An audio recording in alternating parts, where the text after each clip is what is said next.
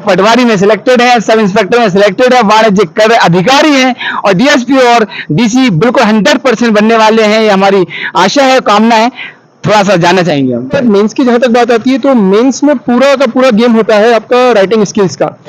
Pre और mains के लिए आप स्ट्रेटजी बताएं, आपने कैसे तैयारी की, और जैसे 2024 का भी प्री होने वाला है जून में, उसके लिए शॉर्ट में कुछ रणनीति। नमस्कार साथियों, NS Kotal academy YouTube channel आपका स्वागत करता है।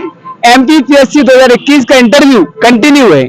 आप देख रहे हैं यहाँ पर मध्य प्रदेश लोक सेवा आयोग के कार्यालय मुख्यालय इंदौर में हम उपस्थित हैं। हमारे साथ एक ऐसे एस्पायरेंट जुड़ गए हैं जो पहले से वाणिज्य कर अधिकारी हैं और अभी फिलहाल में डीसी के लिए इंटरव्यू देने आए हैं। आज जानते हैं उनके सक्सेस की स्टोरी, और आज पहले जानेंगे आज बोर्ड द्वारा उनसे किस तरह के प्रश्न पूछे गए। चलेगा, जुड़ जाइएगा। सबसे पहले सर आपका नाम जानना चाहूंगा। सर अंकित राय। अंकित राय, तो मैं दिलीप राय जयसवाल। सर बहुत बहुत शुक्रिया, आपका स्वागत है। Thank you. और सर आपका बोर्ड कौन सा था आज? बोर्ड आज मेरा मेहरा सर का था। मेहरा सर का बी बोर्ड। सर आज के बोर्ड ने आपसे किस तरह के प्रश्न पूछे गए ताकि व्यूअर्स ऑडियंस को सही जानकारी मिल सके? चूंकि मैं ऑलरेडी सिलेक्टेड हूं तो मैक्सिमम क्वेश्चंस जो रहे वो मेरे जीएसटी डिपार्टमेंट से ही रहे। ओके। मेहरा सर ने सबसे पहले मुझसे क्वेश्चन पूछा कि आप पहले से सिलेक्टेड हो, वाणिज्य कर अधिकारी हो, तो आप क्या बनना चाहते हो? आपने तो केवल डिप्टी कलेक्टर और डीएसपी भरा होगा। मैंने कहा जी सर। तो डिप्टी कलेक्टर और डीएसपी में तो बहुत झंझट है, आप जिस पोस्ट पर है उसमें तो झंझट नहीं है, सुकून है इसमें। आप डीसी और डीएसपी क्यों बनना चाहते हैं? हाँ, तो आप झंझट वाला पोस्ट जो है वो क्यों लेना चाहते हो? तो मैंने उनको बताया। फिर उन्होंने मुझसे पूछा कि आप जिस डिपार्टमेंट में काम कर रहे हो उसमें सबसे ज्यादा दिक्कत किस चीज की है, सबसे ज्यादा समस्या कौन सी है जितना आपने देखा है उसमें, चुनौतियां हैं वहां पर आपके लिए? तो मैंने उन्हें बताया आईटीसी फ्रॉड और वो सारी चीजें। उन्होंने मुझसे कहा कि अच्छा आप इन्हें कैसे दूर करना चाहेंगे, मतलब क्या करेंगे कि ये समस्याएं जो है वो दूर हो जाए। वो चीजें मैंने बताई। उपाय बताइएगा। फिर सेकंड जो बोर्ड मेंबर थे उन्होंने मुझसे पूछा कि आप आईटीसी के बारे में बात कर रहे थे, आईटीसी फ्रॉड और आईटीसी क्रेडिट और इनपुट टैक्स क्रेडिट के बारे में, तो उसके बारे में थोड़ा बताइए। तो आईटीसी के बारे में मैंने बताया। फिर उन्होंने बोला कि अगर आप डिप्टी कलेक्टर बन जाते हैं तो आप किन चीजों पे काम करना ज्यादा पसंद करेंगे? तो मैंने उन्हें बताया कि मैं जहां पर पोस्टेड रहूंगा वहां की समस्याएं देखूंगा, उसके हिसाब से। बोले नहीं, समस्याएं तो सब जगह पर सेम है, सब जगह पर गरीबी है, सब जगह पर अशिक्षा है, लेकिन आप किस चीज में ज्यादा काम करना पसंद करेंगे? तो मैंने उन्हें बताया कि शिक्षा के क्षेत्र में काम करना पसंद करूंगा। फिर उन्होंने मुझसे पूछा कि अच्छा शिक्षा के क्षेत्र में आप क्या करेंगे? अभी हाल ही में न्यूज आई थी कि एमपी का एक स्कूल है जिसमें सारे के सारे विद्यार्थी जो है वो फेल हो गए। हाँ, 100% रिजल्ट वहां का, ठीक है, फेल कर गया है। तो ऐसी कौन सी 3 चीजें हैं जो आप करेंगे वहां पर जाकर के? तो मैंने उन्हें बताने की कोशिश करी कि सर पहली बात तो इलेक्शन जो ड्यूटीज लगती हैं वो अगर न लगे, तो उन्होंने बोला नहीं, इलेक्शन तो उनके बिना हो नहीं सकता, इलेक्शन में तो उनकी ड्यूटीज लगेंगी, इसके अलावा और कुछ? तो मैंने उन्हें कुछ 2-3 चीजें बताई, उस पर वो सेटिस्फाइड थे। फिर अगले बोर्ड मेंबर जो थे उन्होंने मुझसे पूछा कि मध्य प्रदेश जो है उसमें कौन सी ऐसी चीज है जो सबसे अच्छी लगती है आपको मध्य प्रदेश की? ओके, सबसे प्रिय चीज क्या लगी आपको? तो मैंने उसका आंसर दिया। फिर उन्होंने मुझसे पूछा कि ऐसी कौन सी चीज है जो सबसे खराब लगती है आपको मध्य प्रदेश की? मैंने परिवहन की समस्या बताई, जो दक्षिण और दक्षिण पूर्व के इलाके हैं। फिर उन्होंने मुझसे कहा कि वेश्यावृत्ति और उनकी समस्याएं भी है। मैंने कहा जी सर वो भी है, लेकिन आपने एक कहा था इसलिए मैंने एक वो बता दिया। तो बोले उन्होंने मुझसे पूछा कि जो कंजर है उनका हाँ, उनका सबसे ज्यादा खौफ कहाँ पर है, क्या है? इस टाइप के क्वेश्चंस रहे। फिर नेक्स्ट मेंबर ने मुझसे आईटीसी पूछा, आईटीसी क्या होता है, उसकी डेफिनेशन क्या है, किस तरीके से वो इनपुट टैक्स क्रेडिट लिया जाता है। इसके अलावा उन्होंने मुझसे पूछा कि कौन कौन से ऐसे इनडायरेक्ट टैक्सेस हैं जो जीएसटी आने के बाद खत्म हो गए, या जो जीएसटी आने के बाद अभी भी लगातार जारी है। तो डिटेल में बताइएगा। तो उन्होंने वैट के बारे में कुछ पूछा मुझसे, वैट के बारे में मैंने बताया, वैल्यू एडेड टैक्स के बारे में। फिर उन्होंने मुझसे पूछा कि जो लास्ट मेंबर थे उन्होंने मुझसे पूछा कि पूरे भारत में कहाँ कहाँ पर कुंभ जो है वो लगते हैं, तो कितने स्थान है ऐसे? मैंने उन्हें बताया कि सर 4 स्थान है ऐसे। उन्होंने बोला एमपी में, हाँ एमपी में कितने हैं? मैंने बोला सर 1 है, उज्जैन। इसके अलावा पिछले मेंबर ने मुझसे नदियों के बारे में पूछा था कि एमपी की ऐसी कौन कौन सी नदियां हैं जिन्हें हम माता कहते हैं। तो मैं कुछ नदियों के नाम बताया, वो सेटिस्फाइड थे उससे। तो कुल मिला के मेरा इंटरव्यू ठीक रहा। डेट से रिलेटेड कुछ पूछा हो? डेफ से ज्यादा क्वेश्चंस नहीं थे। तो सर जो कोर सब्जेक्ट से आपसे क्वेश्चंस पूछे गए और आपके जो जिस तरह से आप डिपार्टमेंटल क्वेश्चंस पूछे गए, उसके अलावा कुछ नहीं, यही सारे क्वेश्चंस थे, डिपार्टमेंटल ही थे मैक्सिमम, कोर सब्जेक्ट से कोई क्वेश्चन नहीं था, करंट अफेयर से कोई क्वेश्चन नहीं था। ओके, तो सर जैसे आपने प्री मेंस निकाल के आप वहाँ ठीक है पहले से टैक्स अधिकारी हैं, अब डीसी और डीएसपी के लिए आपने ठीक है चयन किया है, यहाँ तक पहुंचने की जो जर्नी रही है इसके पीछे जो जो प्रॉब्लम समस्याएं या क्या क्या फेस किया है वो जाहिर कीजिएगा, ताकि जो व्यूअर्स देखते हैं उनके लिए थोड़ा सा सरल पड़े और वो तैयारी करें।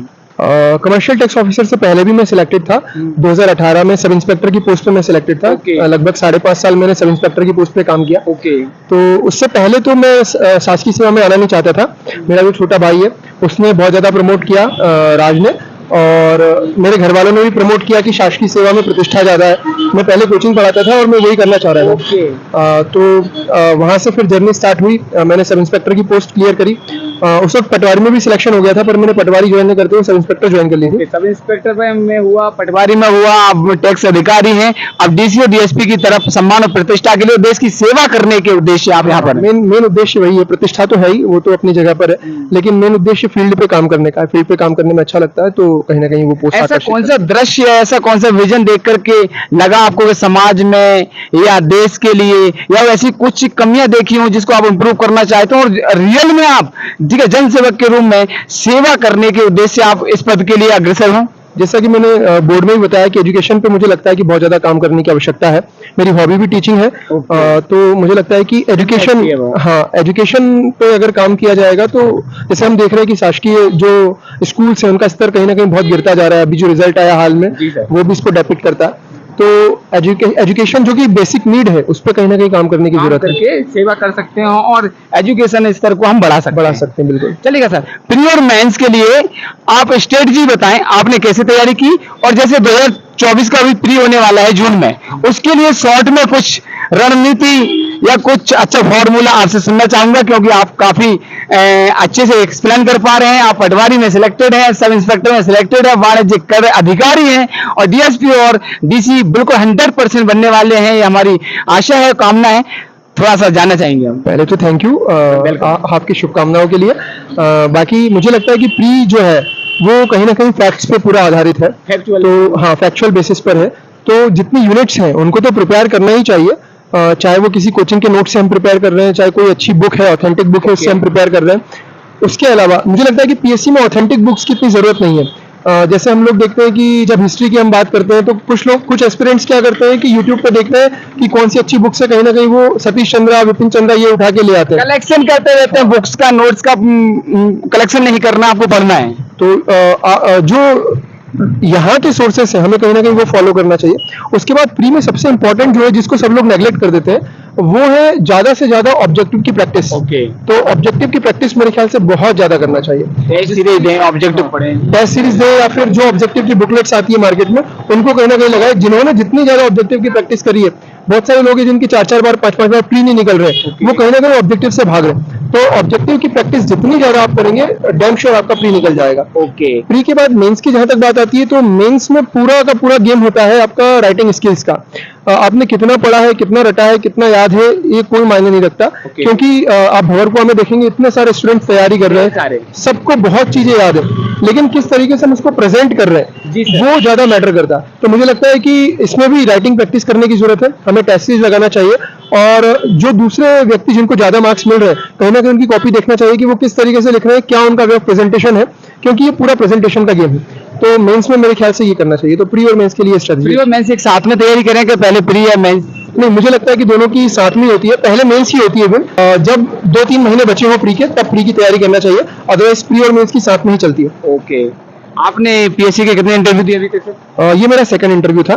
फर्स्ट में आप फर्स्ट में अधिकारी बने और सेकंड में आप डीसी और डीएसपी बनना ही है आपका। थैंक यू बहुत बहुत धन्यवाद। तो सर, और अंत में कोई मैसेज देना चाहें जो 12th पास होने के बाद तैयारी करते हैं या ग्रेजुएशन के बाद, दोनों में से बेटर क्या है? मुझे लगता है कि 12th के बाद तो तैयारी नहीं करना चाहिए। अगर आप एमपीपीएससी की तैयारी कर रहे हो, इतनी टफ तैयारी नहीं कि आपको 3-4 साल लगे। ग्रेजुएशन की जो जिंदगी है, जैसे कोई इंजीनियरिंग कर रहा है तो उसको प्रॉपर इंजीनियरिंग जीना चाहिए, क्योंकि वो जो ग्रेजुएशन के टाइम पे हम एक्स्ट्रा करिकुलर एक्टिविटीज करते हैं उनसे हमारी जो पर्सनालिटी डेवलप होती है वो कहीं ना कहीं इंटरव्यू में बहुत काम आती है। तो ग्रेजुएशन बड़े आराम से करो। ग्रेजुएशन के बाद आपको लगता है कि लास्ट ईयर में जाकर के अगर आपको पीएससी की तैयारी करना है तो ग्रेजुएशन के लास्ट ईयर से आप तैयारी स्टार्ट कर सकते हैं। और अगर आप 12th से भी करते हैं तो ग्रेजुएशन चलने दें, 12th से हल्का फुल्का देखते रहे, जानकारी कलेक्ट करते रहे, इंटरव्यू देखते रहे, और जो अच्छे ठीक है सक्सेसफुल पर्सन है उनकी स्टोरी वगैरह पढ़ते रहे। हाँ, 12th के बाद अगर आप करना चाहते हो तो करंट अफेयर्स पे फोकस कर सकते हैं थोड़ा, कि करंट में क्या चल रहा है, क्या न्यूज है, थोड़ी बहुत चीजें बस ब्रशअप कर सकते हैं रेगुलर हाँ, बाकी पूरी तरीके से डेडिकेटेड होकर तो 12th के बाद करने की आवश्यकता नहीं। ओके, बहुत बहुत धन्यवाद सर, आपने बहुत अच्छी जानकारी प्रोवाइड की, ताकि जो न्यू स्टूडेंट हैं जो पीएससी की ओर अग्रसर होते हैं, यूपीएससी की ओर अग्रसर होते हैं और तैयारी करते हैं, उनके लिए काफी हेल्प मिलेगी। जो हम वीडियो बना करके अपलोड कर रहे हैं, क्या मदद मिलेगी सर? इससे मेरे ख्याल उस तरफ एक तो जो आगामी जिनके होने वाले हैं उनको कुछ ना कुछ क्वेश्चंस का आइडिया लगता है कि इस बोर्ड में किस तरह के क्वेश्चन पूछे जा रहे हैं। मेरे ख्याल से जिनके इंटरव्यू है कहीं ना कहीं वो यूट्यूब पे सर्च करते ही है कि रिसेंट ट्रेंड्स क्या चल रहे हैं, किस तरीके के क्वेश्चंस पूछे जा रहे हैं, तो इससे बहुत फायदा मिलता है। इसके लिए आप लोगों का तहे दिल से शुक्रिया, क्योंकि मैंने भी कई सारे इंटरव्यूज ऐसे देखे हैं, मतलब अभी जो रिसेंट में हुए, जिनसे थोड़ा बहुत आइडिया लगता है कि किस तरह के क्वेश्चन पूछे जा रहे हैं। दूसरा ये कि जो सिलेक्टेड कैंडिडेट्स आपको अगर मिल जाते हैं तो कहीं ना कहीं उनकी स्ट्रेटजी जो है उससे फायदा मिलता है, जो नए आने वाले स्टूडेंट्स हैं उनको, तो ये दो स्तर पे फायदा मिलता है मेरे ख्याल से। चलेगा, बहुत बहुत धन्यवाद। एनएस कोटल एकेडमी आपका शुक्रिया अदा करती है, आपने जिस पद के लिए प्राथमिकता दिया है उस पद पर आसीन होकर सेवा तो आप पहले से ही कर रहे हैं, और जिस भी जो करना चाहते हैं वो उद्देश्य को पूरा करें, ये हमारी अग्रिम बधाइयां। Best of luck sir, thank you so much.